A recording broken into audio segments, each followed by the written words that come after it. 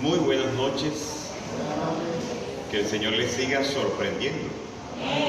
Mire que está al lado suyo y dígale: Dios va a hacer una gran obra en tu vida. Buenas noches a todos los que están en las redes sociales también conectados con nosotros. Les bendecimos. Esta es la escuela para la formación de ministros, diseñada para transformarnos. Vamos a orar, vamos a colocarnos en pie, por favor, y vamos a orar.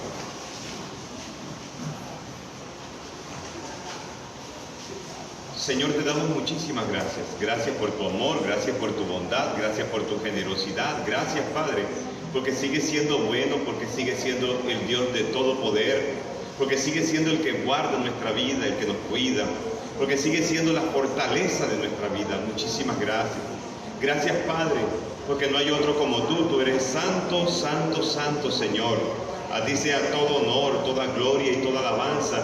Eres Rey, eres Señor, eres digno, eres el Dios de nuestra vida. Nosotros te pertenecemos a ti, Señor, y hoy alabamos, exaltamos y reconocemos tu gran nombre, porque no hay nadie tan poderoso como tú, nadie tan fiel como tú, Señor, oh Dios. Te alabamos, Rey de la gloria, te bendecimos, Rey y Señor, y te damos, Padre, te invitamos para que te muevas en esta noche en medio nuestro, para que nuestra vida sea tocada por el poder tuyo.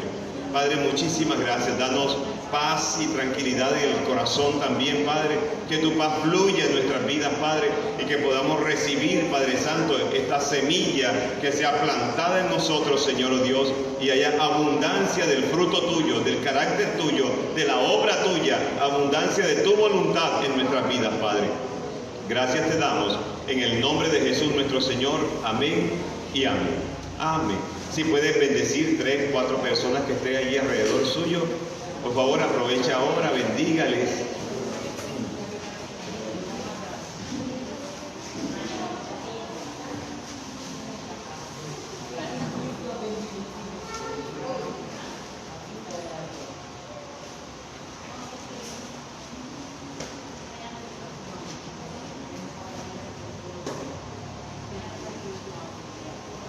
Hoy damos inicio a una nueva serie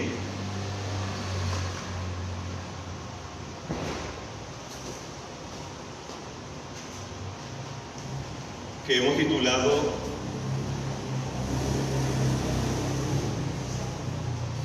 Nuestra herencia, nuestra herencia. Hoy damos inicio a una nueva serie, la hemos titulado Nuestra herencia.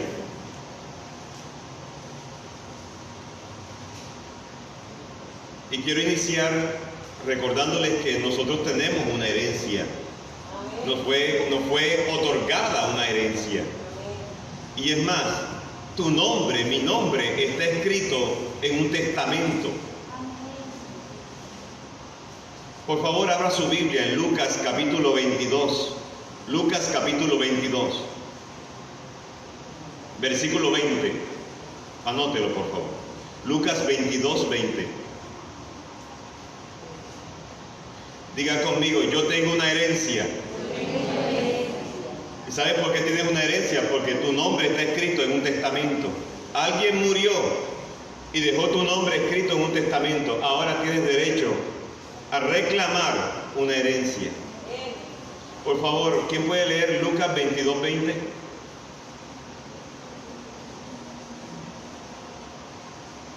Lucas 22, 20.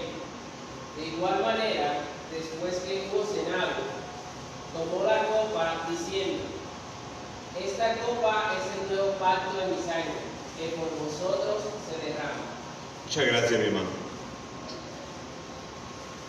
Nosotros vemos a través de este pasaje bíblico que está hablando acerca de la copa y dice que la copa es el nuevo pacto en mi sangre.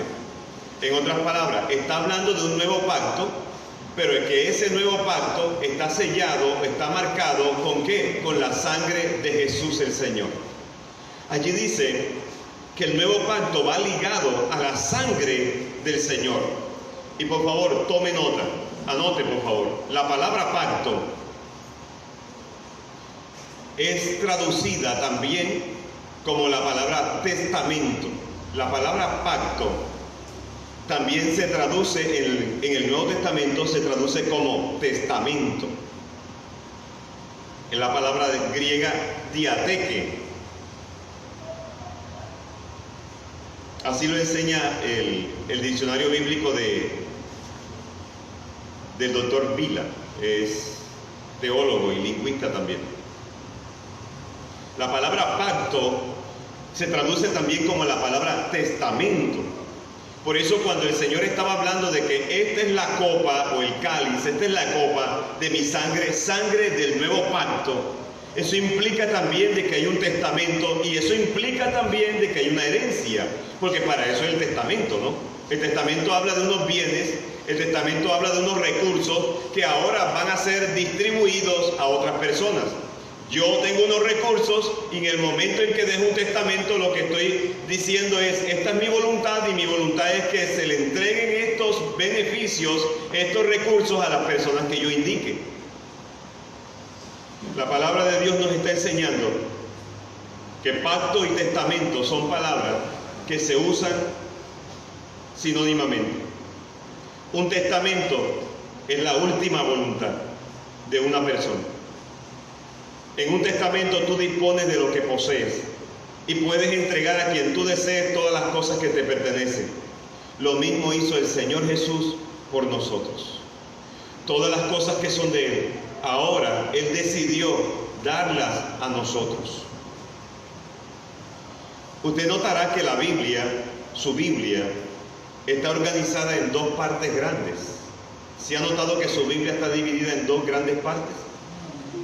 Una bien grande que se llama el Antiguo Testamento y una parte que es más pequeña, pero no quiere decir que sea muy pequeña, pero se le llama el Nuevo Testamento, porque en el Antiguo Testamento está registrado el Antiguo Pacto y en el Nuevo Testamento está registrado el Nuevo Pacto. Y escúcheme bien, el Antiguo Testamento, donde está registrado el Antiguo Pacto, a ese Antiguo Pacto se le llamaba la Ley de Moisés. Ese era el Antiguo Pacto. Digo era porque ya no es. Porque ya trajo el Señor Jesús un nuevo pacto que está registrado ahora y está funcionando actualmente. El pacto que está funcionando actualmente es el nuevo pacto. Creo que estoy hablando de cosas que ya las hemos estudiado, de las cuales hemos hablado ya en muchas ocasiones. En el libro de Hebreos, capítulo 12, versículo 24, Hebreos 12, 24, nos enseña la palabra que Cristo es el mediador del nuevo pacto. Hebreos 12, 24. Dice la palabra: a Jesús, el mediador del nuevo pacto, y a la sangre rociada que habla mejor que la de Abel. Nosotros ahora estamos viviendo bajo un nuevo pacto, el nuevo pacto que fue sellado con la sangre de Jesús, y el mediador, la persona que está a cargo de ese pacto, se llama Jesucristo. Allí es donde vivimos nosotros ahora. Ya les dije que la palabra pacto y la palabra testamento son sinónimos. Por eso, Cristo es nuestro gran sumo sacerdote. La palabra sumo allí significa jefe o máximo de los sacerdotes.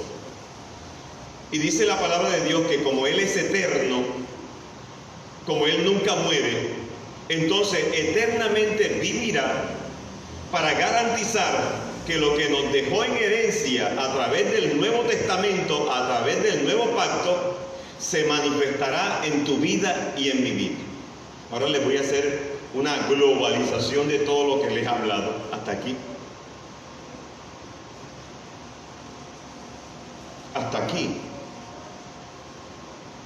Lo que nos debe quedar muy claro a nosotros es que el Señor Jesucristo, cuando murió en la cruz, dejó un testamento. Y en ese testamento, Él decidió que debía reclamarlo usted y yo. Cada uno de ustedes. Cada uno de aquellos que ponen la fe en el Señor Jesús y en lo que Él hizo por nosotros, ahora tienen derecho a participar de todos los recursos de los cuales habla ese testamento. Ahora usted puede reclamar lo que dice el testamento que le pertenece a usted. Cuando el testamento habla de que usted tiene derecho a algo, a unos bienes, entonces todos esos recursos de los que habla el testamento tienen un nombre. Se les llama herencia. Entonces, todos los recursos de los cuales habla el testamento que el Señor Jesucristo dejó para ti, todos esos recursos, hoy en día tú los llamarás como herencia. No es algo que te ganaste. No es algo con lo que tengas que pagar para recibirlo. Es algo que Él decidió darle a todas aquellas personas que entregan su vida al Señor Jesucristo. Eso ya nos comienza a aclarar que nosotros no necesitamos pagar por un milagro.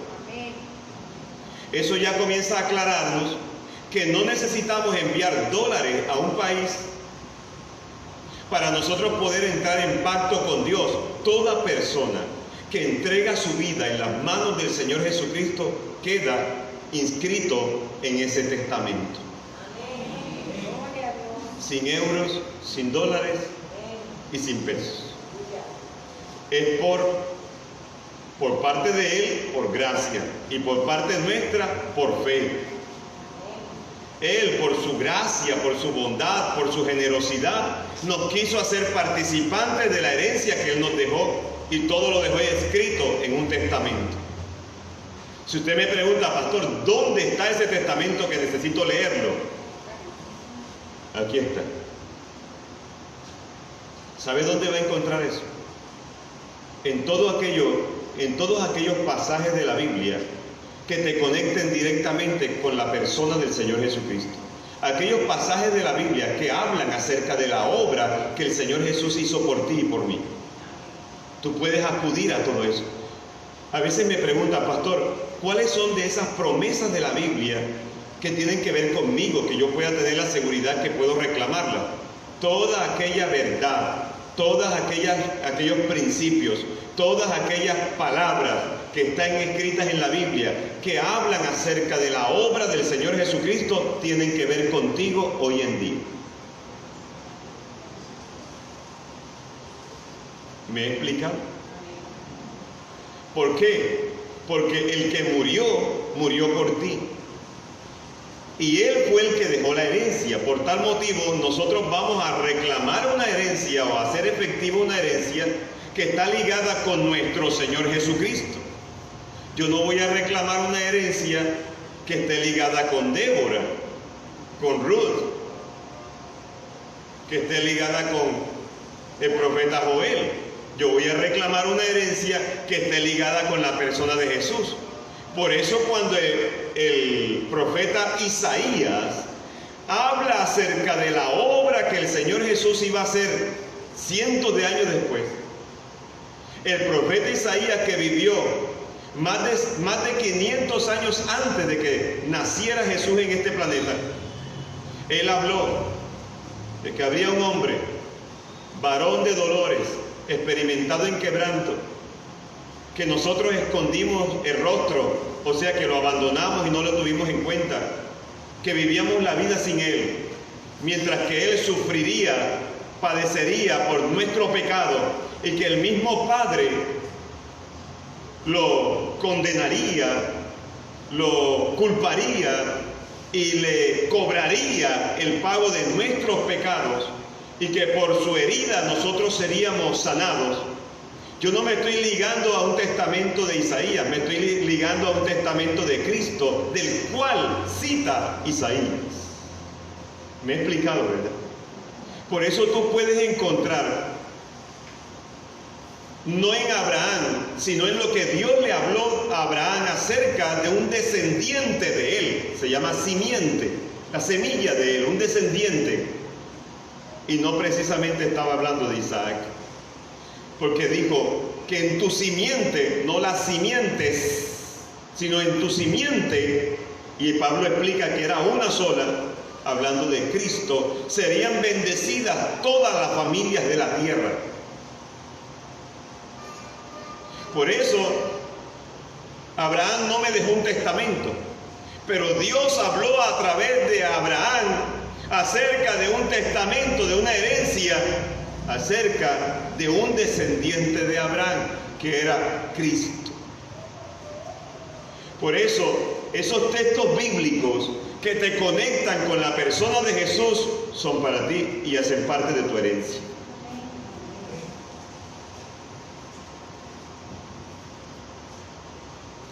Ya ahorita le voy a leer un poquito acerca del testamento y acerca de la herencia suya.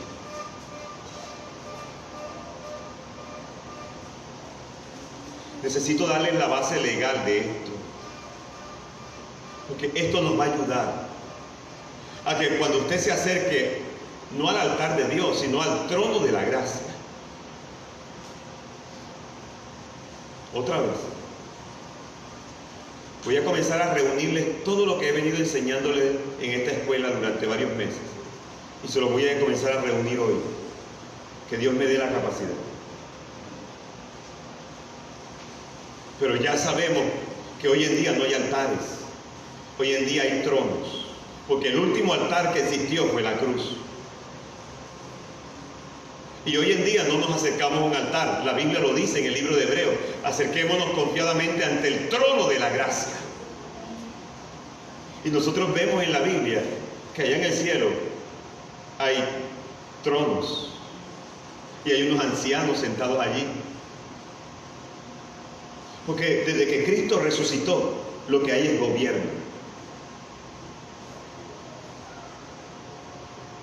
Muy bien. Por eso hoy nos podemos acercar ante el trono de la gracia y allí alcanzamos misericordia cuando hemos pecado, pero también alcanzamos gracia porque estamos en comunión con Él. ¿Me expliqué, verdad? Lo que pasa es que nosotros utilizamos esas dos palabras indistintamente, y sí son distintas.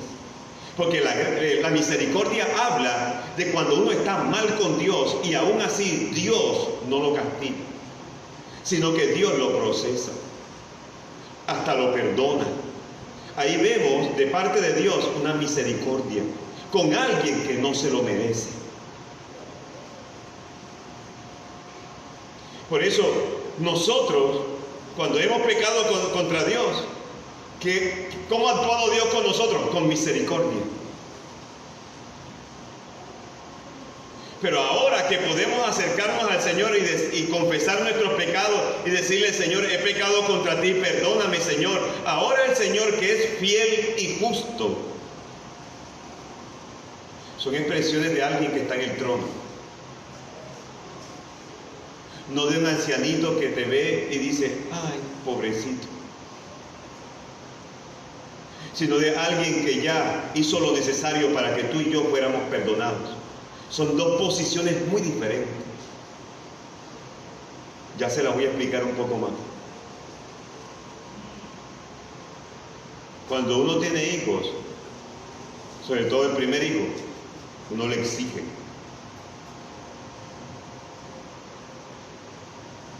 Cuando llegan los nietos, uno los libera. Hacen y deshacen. Ay, sí, déjenlo, no les peguen.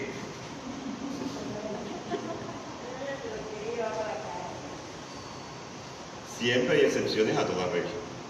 Ok, perfecto.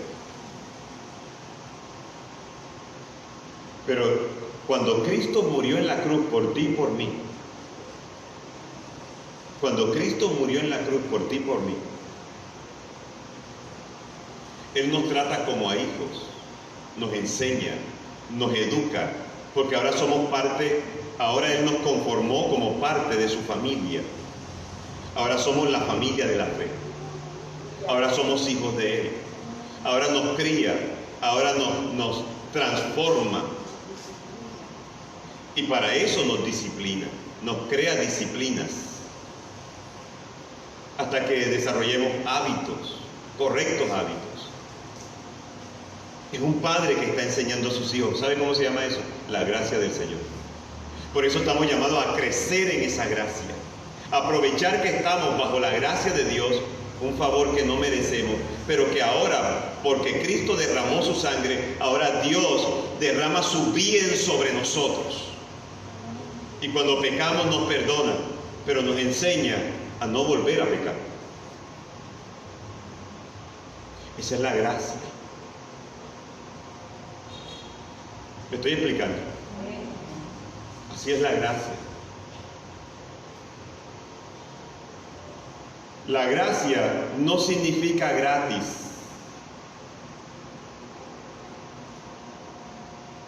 La gracia significa que hoy nosotros tenemos un beneficio que Él se lo cobró a su Hijo Jesucristo.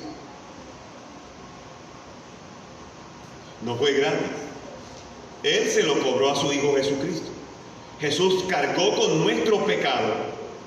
Y cuando carga con nuestro pecado, el Padre lo castigó a Él para cobrarle el precio de nuestra maldad. No fue gratis. ¿Cuál fue la gracia? La gracia es que hubo alguien que pagó el precio debido, que recibió el castigo merecido para nosotros, lo recibió Él, y que ahora lo que había en Él, la justicia, la santidad, la bondad, lo bueno de Él, nos lo entregó a nosotros. Por eso ahora podemos tener una vida diferente, nueva. Esa es la gracia, pero la gracia no es gratis. Nosotros recibimos los beneficios de lo que Él hizo. Esa es la gracia. ¿Sabe qué es la misericordia? Que lo acaban de clavar en la cruz y mientras se desangra, mira a las personas que lo están asesinando y dice: Padre, perdónalos, porque no saben lo que hacen. Los perdonó, pero no fueron cambiados. Los perdonó, pero no recibieron nada de Dios dentro de ellos. Eso es como el asesino serial que le dan un indulto y dice: ya no debes nada con la justicia, pero sigue siendo el mismo asesino serial. Por eso en la misericordia Dios se detiene.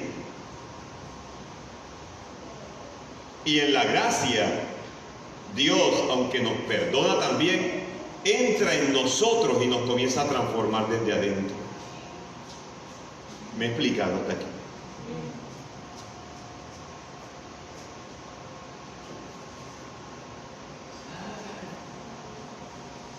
Por eso cuando nosotros hemos pecado contra Dios, su misericordia es sobre nosotros. Y ahora que estamos en comunión con Dios, que ahora estamos en Cristo, ahora su gracia está en nosotros. Por eso hoy en día el apóstol Pablo, ¿qué nos enseña? No nos enseña a crecer en la misericordia de Dios, nos enseña a crecer en la gracia de Dios. Que cada día nosotros aprovechemos que tenemos ese favor de Dios para consagrarnos más, para entregarnos más a Dios, para dedicar nuestra vida más para Dios, para pensar más en el Señor, para actuar y desarrollar nuestra vida según la voluntad del Señor. Crecer en la gracia.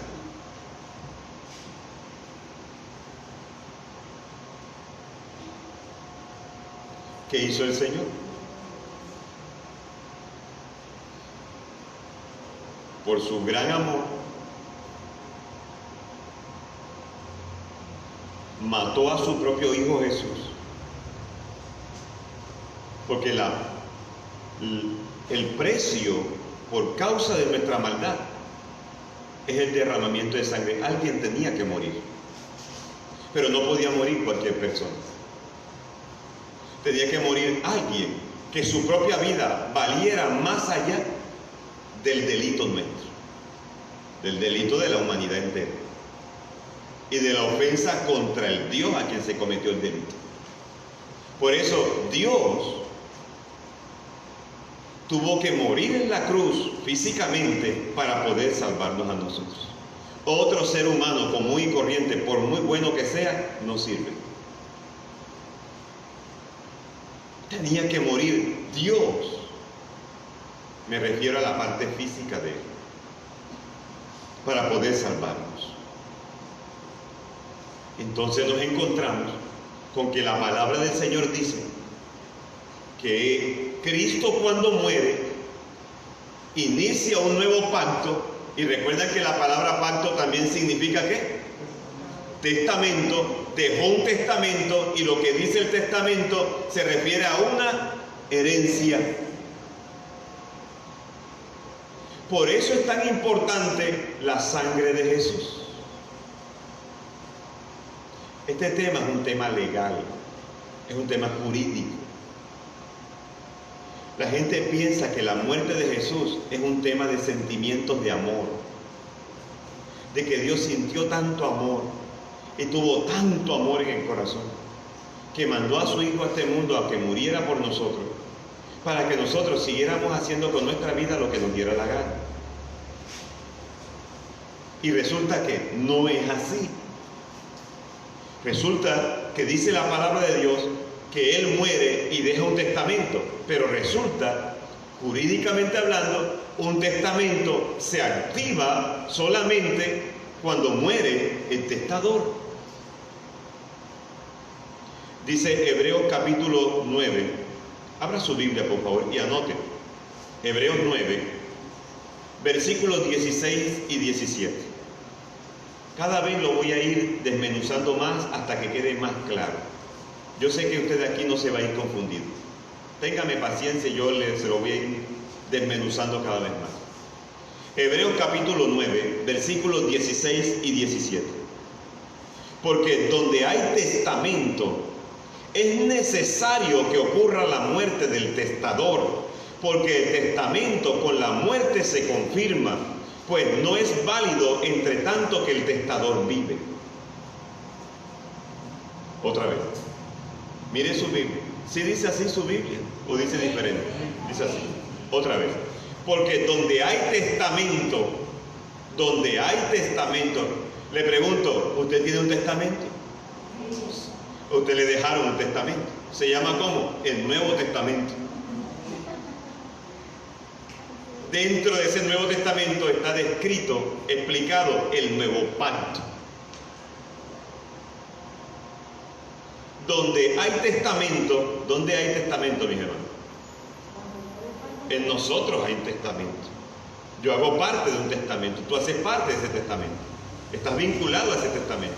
Dice ahí, donde hay testamento es necesario. No es una opción, es una ¿qué?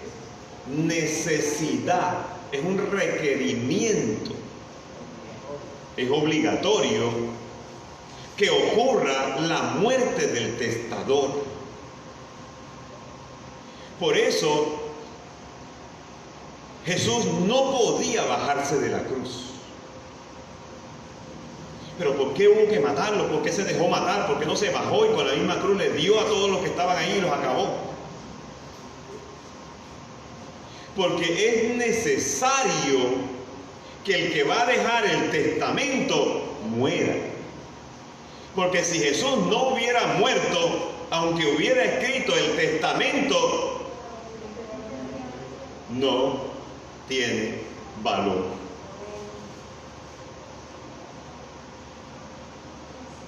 ¿Va claro esto? ¿Es claro entonces que era necesario que Él muriera? Si Él no moría, aunque tu nombre estuviera en el testamento, no era válido. Y si tu nombre estaba en el testamento, un testamento que no tenía ninguna validez, quiere decir que toda la herencia que dice allí que ibas a recibir, no tienes derecho a recibirla. Y lo primero que viene en esa herencia, ¿sabe qué es? Que el Señor hace que su espíritu vive dentro de ti. Te perdona los pecados y crea dentro de ti una nueva naturaleza. Si Jesús no hubiera muerto, el Espíritu Santo no hubiera podido venir a vivir dentro de ti. Por eso en el Antiguo Testamento el Espíritu Santo no vivió dentro de nadie, siempre estaba encima de las personas, pero nunca dentro de las personas. Por eso en el Antiguo Pacto, en el Antiguo Testamento, no hubo personas nacidas de nuevo. Traducido al castellano, no hubo personas con la naturaleza de Dios, sino con la naturaleza de Adán. Por eso usted lee en el libro, en la historia de Israel, dice: y otra vez Israel dejó a Jehová y se volvió a los ídolos y a los dioses falsos de las naciones. Entonces vino alguien, utilizó Dios a alguien y ellos otra vez se arrepintieron y se volvieron a Dios. Esa persona que los estaba guiando se murió y otra vez Israel volvió al lodo otra vez. ¿Me estoy explicando? Ese es el ciclo que usted lee en la historia del pueblo de Israel. Lo ve volviéndose a Dios, y después que se volvieron a Dios y después que no había algún líder que los guiara, ¿sabe qué pasaba? Volvían otra vez a una vida sin Dios. ¿Me explica? Porque el Espíritu de Dios no vivía dentro de ellos. Pero si lo lee usted en el Antiguo Testamento, frases como: y vino el Espíritu del Señor sobre fulano, vino el Espíritu del Señor sobre Sansón. Y vemos al Espíritu de Dios usándolos, pero no viviendo dentro de ellos. Por ese motivo, ellos podían cambiar ciertas conductas, pero su naturaleza no era cambiar. Dios los ayudó, pero no los transformó, porque necesitaban que Dios viviera dentro de ellos para que hubiera un cambio desde la raíz. Ahora en el Nuevo Testamento, desde que Jesús muere en la cruz y derrama su sangre y resucita a los 3 días, desde ese punto empieza el Nuevo Testamento. El Nuevo Testamento no empieza en Mateo capítulo 1, versículo 1. Eso todavía es Antiguo Testamento. Jesús lo dijo. Él levantó la copa y dijo: esta es la sangre del nuevo pacto. Cuando su sangre fuera derramada y Él resucitara al 3er día, ahí empezaba el nuevo pacto. El Nuevo Testamento empieza allí, de la cruz hacia acá. ¿Me explica? Por eso dice el libro de Hebreos: es necesario. ¿Qué es necesario? Que el testador muera, la muerte del testador. Entonces, ¿quién es el testador? El testador es Cristo. Porque el testamento con la muerte se confirma, pues no es válido entre tanto que el testador vive. O sea que la muerte de Jesús lo que hace es darle validez al testamento.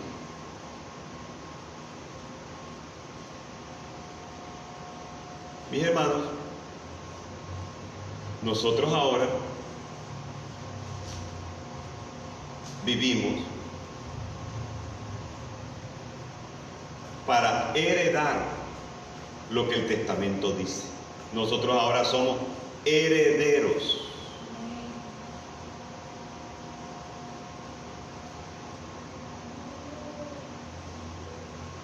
Por eso expresiones como: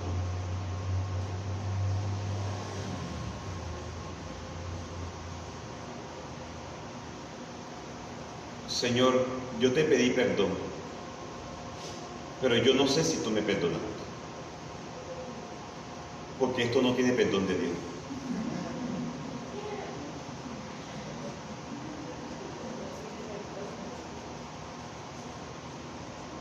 Resulta que el perdón ahora hace parte de lo que dice el testamento. ¿Sabe dónde está? Está en Primera de Juan. Vamos allá.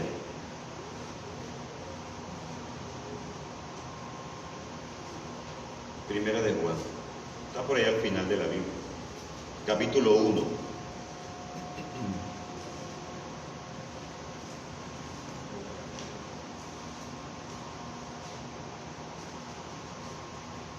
Versículo 9.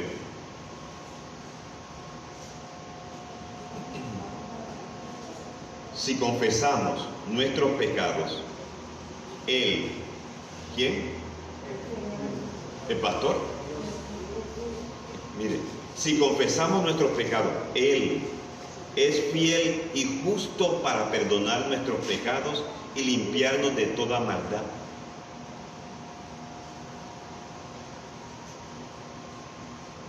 Ahora el Señor nos perdona los pecados,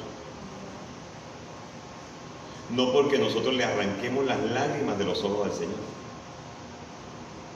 Voy a llorar y voy a gritar y voy a humillarme y voy a echarme ceniza encima y voy a herirme para que, y es más, voy a ayunar que me duela el estómago para moverle el corazón al Señor. Allí no dice eso. Ahí dice que Él te perdona es porque Él es fiel y porque Él es justo.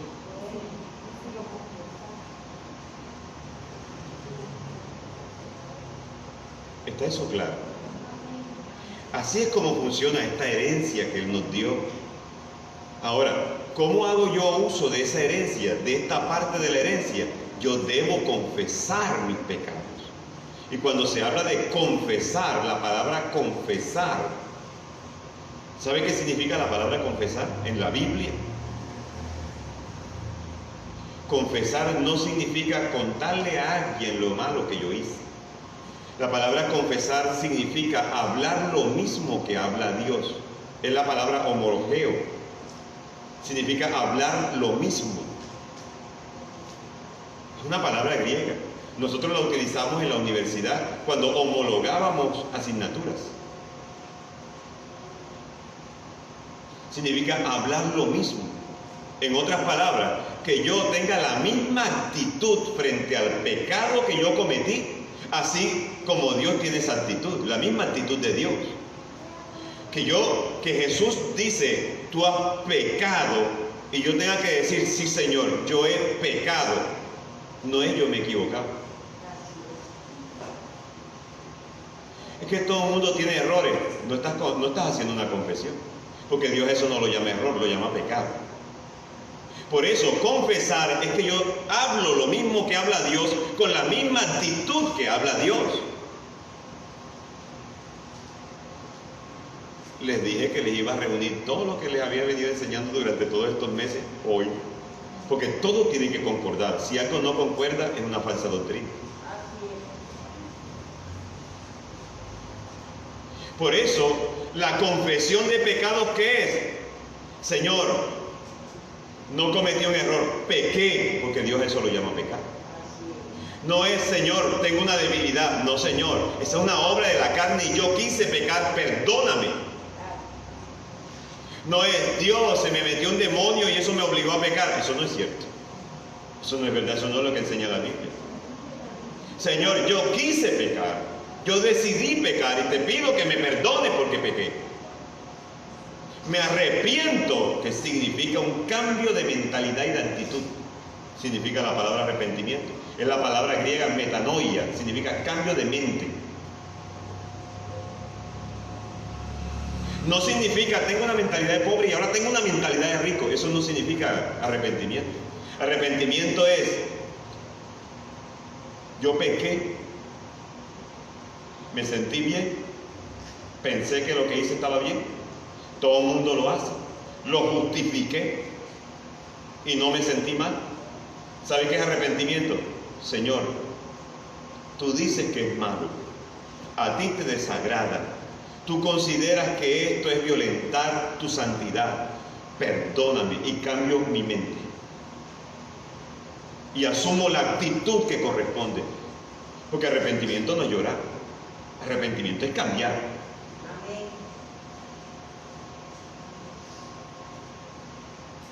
¿Vamos bien?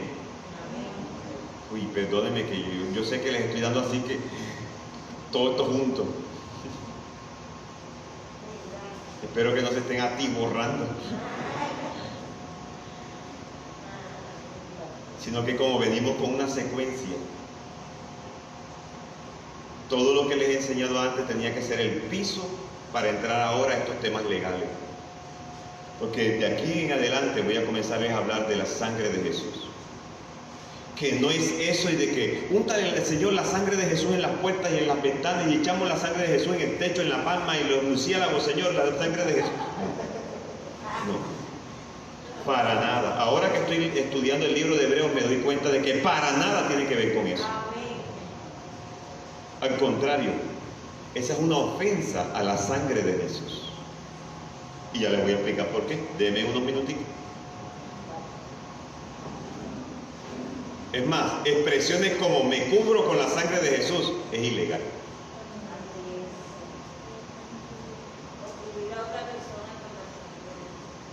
Dice en Hebreos capítulo 9, sigo allí, en el capítulo 9. El apóstol, el escritor del libro de Hebreos, está diciendo, está explicando, que en el Viejo Testamento, en el Antiguo Pacto, Moisés, Israel y todo lo que ocurrió en el desierto, hasta que Jesús murió en la cruz, hasta ahí es el Antiguo Testamento. En el Antiguo Testamento se mataba un animal, no todo animal, los que decía la ley que debían matarse. Y la sangre, parte de la sangre de ese animal, era rociada sobre una zona del altar. El altar que había en esa época, que Dios lo mandó a construir. Eso da a entender que siempre que hay un testamento, que hay un pacto de Dios, debía haber sangre. Porque los pactos con Dios eran pactos que incluían sangre. Porque todos esos pactos, o ese antiguo pacto, hablaba del nuevo pacto que Jesús iba a realizar, ya no con animales, sino su propia vida, su propia sangre.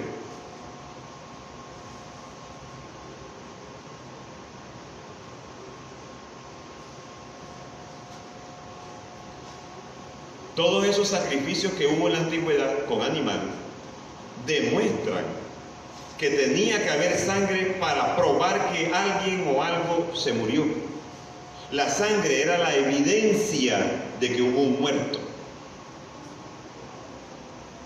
No llevaban el muerto hasta el altar, llevaban la sangre al altar. La sangre era la evidencia de que alguien murió. Por eso todos los sacrificios del Antiguo Testamento eran para enseñar al pueblo de que un día Jesús iba a morir y él tendría también que presentar su propia sangre. Porque la sangre es la evidencia de la muerte del testador. ¿Cómo se iba a saber en la tierra, en los cielos y debajo de la tierra que el testador había muerto? Con la evidencia. ¿Y la evidencia cuál era? Su sangre.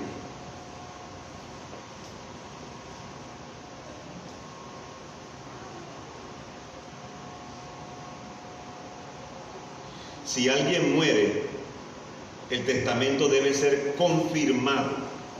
Y para verificar un testamento debe haber pruebas de la muerte del testador. Por eso es tan importante la sangre de Jesús. Porque esa es la única evidencia ante la ley de Dios, la única evidencia válida de que Jesús, el testador, había muerto. La sangre iba a dar un testimonio, la sangre iba a hablar, la sangre iba a dar ¿cuál testimonio? Yo soy la sangre de uno que murió. Hoy en día cuando hacen las pruebas, identificando el factor, el resus, el grupo sanguíneo, cuando determinan si era de hombre o era de mujer, porque hacen la prueba de ADN para cromosómica, cuando le hacen la prueba también para identificación a través de reacción de la polimerasa, del PCR.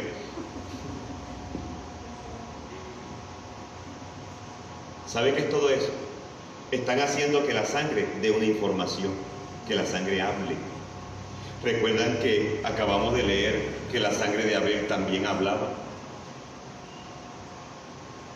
Porque cuando Caín mató a Abel, Dios le pregunta a Caín, Caín, ¿dónde está tu hermano? Yo le hago una pregunta, ¿Dios no sabía? Claro que sí sabía. ¿Qué estaba esperando de Caín? Un arrepentimiento, un cambio de mentalidad, una actitud distinta y una confesión. ¿Verdad?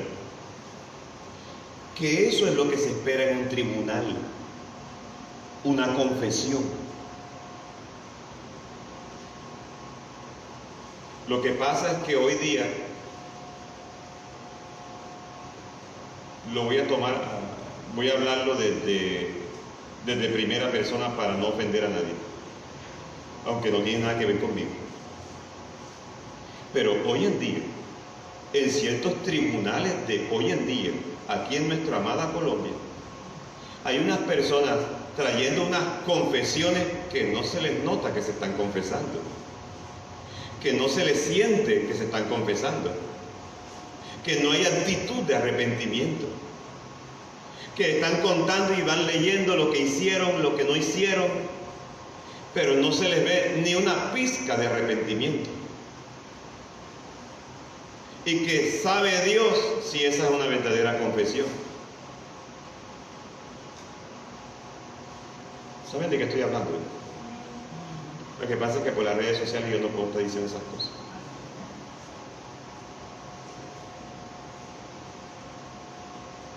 Y por eso hubo unas delegadas de la sociedad civil que dijeron, esperábamos más. Pero parecía un show. Porque ellos no vieron una confesión.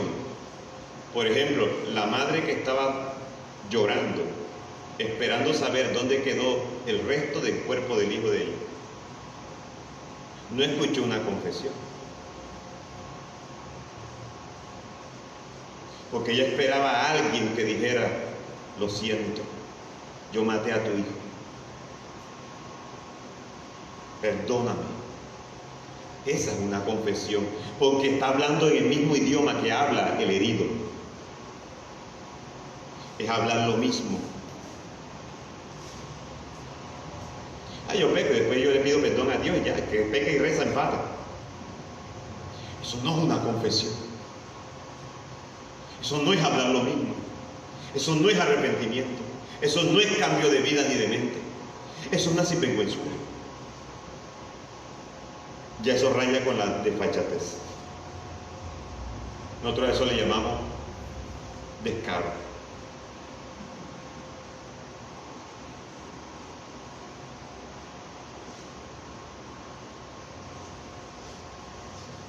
Por eso era necesario que muriera Cristo. Por eso era necesario que muriera Cristo, porque cuando muere Cristo, el testamento cobra validez. Por eso ustedes leen el pasaje bíblico de la resurrección de Jesús. Y el domingo en la madrugada que Él resucita, una de las mujeres, entre varias que llegaron a la tumba, una de ellas era María, la de Magdalena. Y ellas llegaron a preparar el cuerpo porque no les dio tiempo de preparar el cuerpo. Cuando Jesús murió y lo bajan de la cruz, ya es muy tarde, va a empezar el Sabbat, la fiesta sagrada. Y en ese año hubo un Sabbat muy particular. Hubo 2 días seguidos de Sabbat. Por eso, antes de que llegaran las 6 de la tarde, tenían que bajar el cuerpo, porque si a las 6 de la tarde tocaban un cuerpo, quedaban ceremonialmente inmundos, no podían participar de ninguna actividad religiosa. No podían entrar al templo, no podían ir a hacer las oraciones, no podían acompañar a sus hijos y a su familia, ir todos al templo, no podían. Por eso bajaron rápidamente el cuerpo, lo envolvieron y lo metieron a la tumba. No hubo preparación. Por eso el domingo en la madrugada ellas corrieron temprano a ir a preparar el cuerpo. Fueron a buscar el cuerpo de Cristo para darle cristiana sepultura. Pero cuando llegan allá, hay un jardín al lado hay un huerto, al lado del lugar donde estaba la tumba. Que recuerdan ustedes que la tumba no era del Señor, sino de un hombre adinerado de la ciudad de Arimatea, un tal José. Él había mandado a excavar, él sí pagó el seguro funerario y él tenía derecho a una tumba familiar. Y ahí sepultaron a Jesús. Por eso se cumplió la profecía de que murió entre pecadores, los dos ladrones en la cruz, pero fue sepultado con los ricos.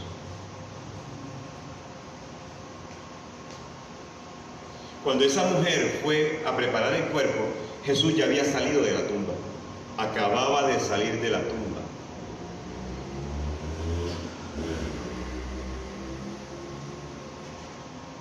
¿Cuál fue la primera reacción de esa mujer? La primera reacción de esa mujer fue echarse a los pies de él para abrazarlo. Pero ¿qué dijo él? No me toques, porque aún no he subido donde mi Padre. Acababa de resucitar. Ahora tenía que ir donde el Padre. ¿Sabe qué tenía que hacer donde el Padre? Tenía que ir a llevar la evidencia. Porque es que el Padre en la cruz lo trató como un juez contra un delincuente. Es que Jesús en la cruz, dice la palabra, que se llevó todos nuestros pecados y Él se convirtió en pecado. Él era el delincuente, por nuestra culpa, claro está. Y el Padre no actúa como Padre con Él en la cruz. ¿Recuerdan la expresión, Padre, ¿por qué me has abandonado? Porque ahí el Padre no estaba actuando como Padre, sino como juez, condenando el pecado que estaba en Él, que no era su pecado, era nuestro pecado. Por eso cuando Él resucita, ¿qué había que hacer? Había que llevar la evidencia del que murió. ¿A dónde? A los estrados judiciales de aquel que lo juzgó, de aquel que lo condenó y de aquel que lo mató, porque al fin y al cabo quien mató al Señor Jesucristo fue su propio Padre, como juez. Porque es que había que pagar el precio del pecado. Jesús le dice a la mujer, cálmate, no me toques. No me toques no te aferres a mí porque yo tengo que irme. Nada podía detenerlo. No quería que nadie lo detuviera. Espérate, tengo que ir primero donde mi Padre. Y Él sube donde su Padre a ofrecer la evidencia. ¿Y cuál era la evidencia? La sangre de Jesús.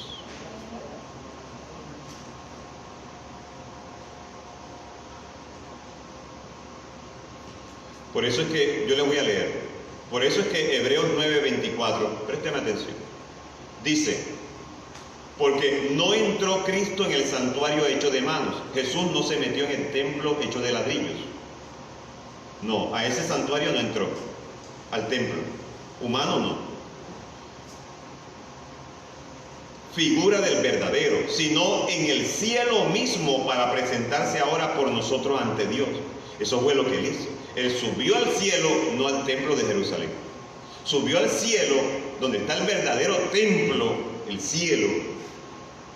Y allí fue donde Él presentó la sangre, su sangre, como la evidencia de que yo morí. Y aquí está la sangre que ahora habla, una sangre que trae evidencia, una sangre que dice, los culpables ahora son perdonados. Fue derramado por aquellos que no merecían el perdón, pero es que Él pagó por nosotros. Ahora la sangre habla a favor tuyo y a favor mío. Ahora la sangre de Jesús. La sangre de Jesús cumple la función de pagar todo el precio legal, todo lo que la justicia de Dios nos requería a nosotros, todo lo que la justicia de Dios nos exigía a nosotros, lo pagó la sangre de Jesús. Jesús después se le apareció a los discípulos, después que resucitó, subió al cielo, otra vez se le comienza a aparecer a los discípulos. Ese mismo domingo estaban reunidos y se les aparece y les dijo, miren mis manos y mis pies, que yo mismo soy. Palpad, o sea, tóquenme y vengan y miren, porque un espíritu no tiene carne ni huesos. Bueno, y la sangre, carne y sangre, pero él dijo fue carne y la sangre. Ya no tenía la sangre. Él resucitó, pero él resucitó sin la sangre, porque ahora la sangre, ¿dónde estaba? Y esa permanecerá eternamente hablando a favor tuyo y a favor mío. Por eso es que, como dice la Biblia, no hemos sido consumidos. Por eso es que no nos ha caído un rayo, porque hay una sangre que está hablando a favor tuyo y a favor mío.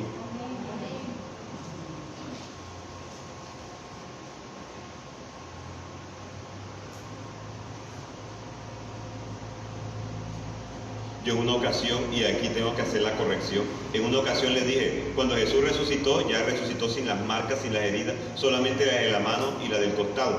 Ahí dice que también la de los pies, porque le dijo, miren mis manos y mis pies. ¿Y para qué los iba a poner a mirar los pies? Era las heridas, no las uñas, ¿no? ¿Me expliqué, verdad? Ok, sí tenía marcas en los pies. ¿Estamos aprendiendo también? Muy bien.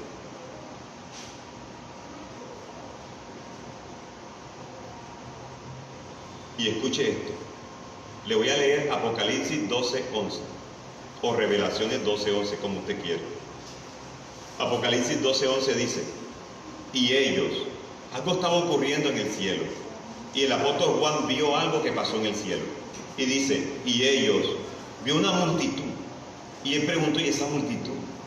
¿Quiénes son? Dice que eran incontables, y hubo alguien que le respondió y le explicó quiénes eran. ¿Quiénes eran esa multitud? Vestidos de ropa blanca.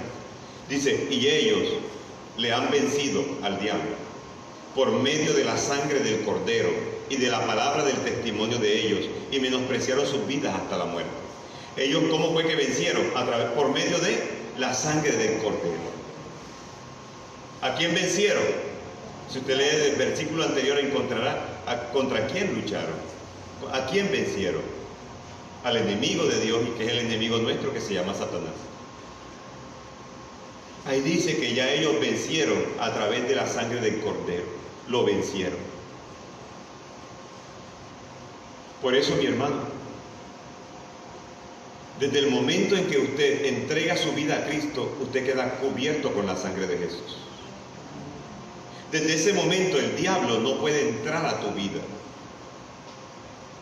El diablo te hablará para intentar convencerte de que dejes de creerle a Dios y le creas las mentiras de Él. ¿Me explica? Pero allí dice la palabra que por causa de la sangre de Jesús no solamente fuimos perdonados, ya tú estás cubierto con la sangre de Jesús, y por eso es que el diablo no ha podido destruirte. Pero él sigue hablando desde lo lejos, sigue hablando, así como hacía Goliat en sus tiempos, que se levantaba en la mañana y le gritaba al pueblo de Israel, pero no se les acercaba. Pero les gritaba y les decía, ustedes no pueden, ustedes quiénes son, ustedes son unos débiles, ustedes debiluchos, no van a poder contra mí, venga uno de allá y pelee conmigo. Pero ¿y por qué no se acercaba?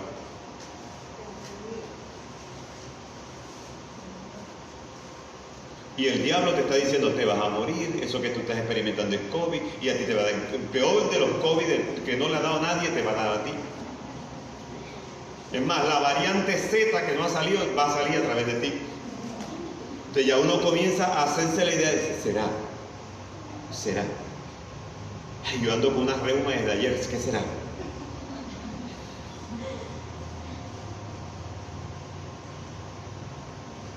Y el enemigo no está dentro de ti, y el enemigo no te está tocando, pero sí te está hablando. Así hizo por primera vez con Eva. No la tocó, no la obligó, no se le enrolló en el cuello y le dijo, ahora tú vas a comer el fruto si no te asfixio. No. Solamente, ¿qué fue lo que hizo? Le habló hasta que la convenció. Nadie la obligó, ella misma terminó haciendo lo que el serpiente le dijo. La convenció. Así es como funciona el enemigo. porque ya tú estás cubierto con la sangre de Jesús. Pastor, y entonces ya no tengo que decir me cubro con la sangre de Jesús, ya no tienes que decirlo. Es que más, ya no tienes ni siquiera que creerlo, lo que tienes que creer es que ya estás cubierto. Más bien debieras de dar gracias, Señor, porque estamos cubiertos con tu sangre.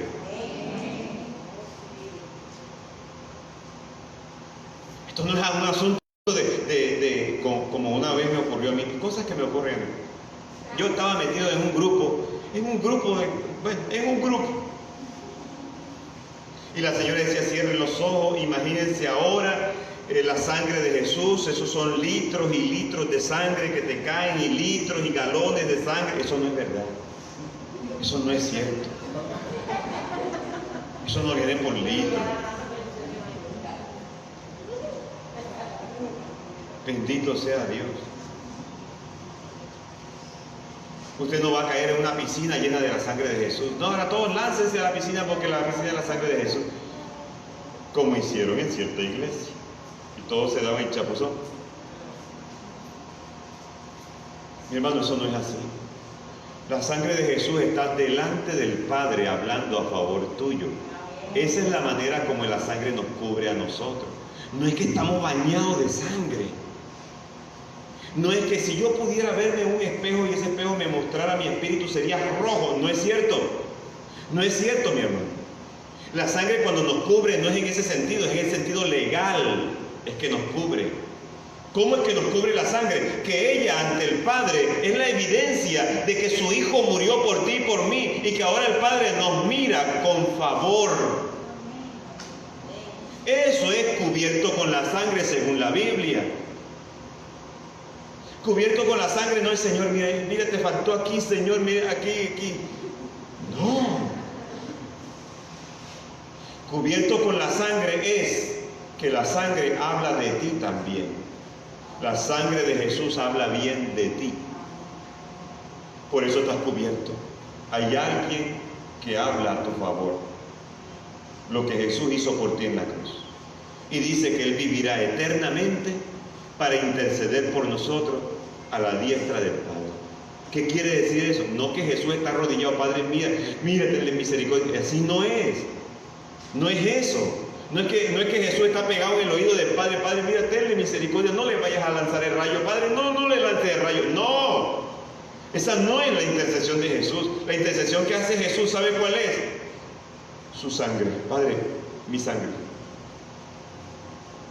Cuando le hemos pecado contra Dios. ¿Sabe cuál es el único argumento que hay allá en el cielo?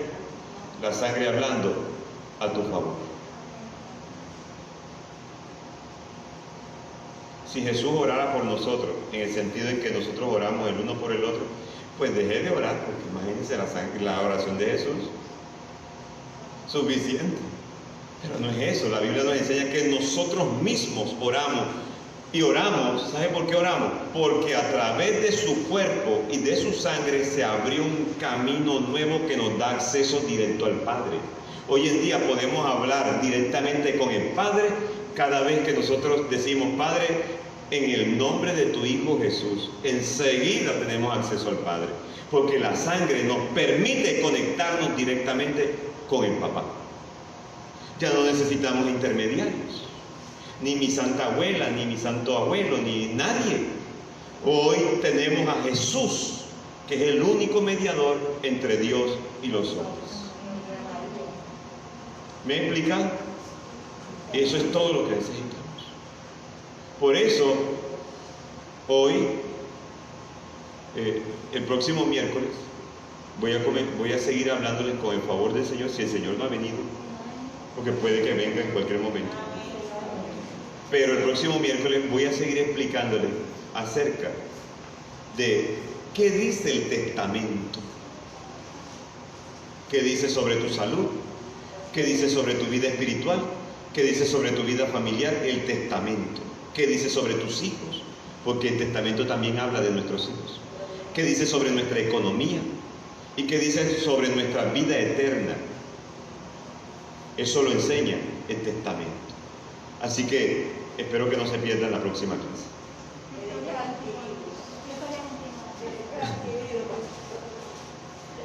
Padre, gracias. por esto que nos estás enseñando hoy. Que Padre, varias de estas cosas son nuevas para nosotros. Y que necesitamos, Señor, de tu sabiduría, necesitamos de tu habilidad. Yo necesito de tu habilidad, Padre, para comunicar estas verdades. Padre, pero queremos, Señor, recibir mucho entendimiento de lo que ya tú has hecho por nosotros. De tu sacrificio, de tu entrega, de tu sangre, del testamento que ya tú has validado para nosotros. Hoy ya tenemos una herencia y coheredamos junto contigo, Jesús. Pero queremos, Señor, tener acceso a esa herencia. Queremos recibir de esa herencia. Queremos que se manifieste en nuestras vidas, se materialice esa herencia. Tú lo dijiste en tu palabra que ya fuimos bendecidos.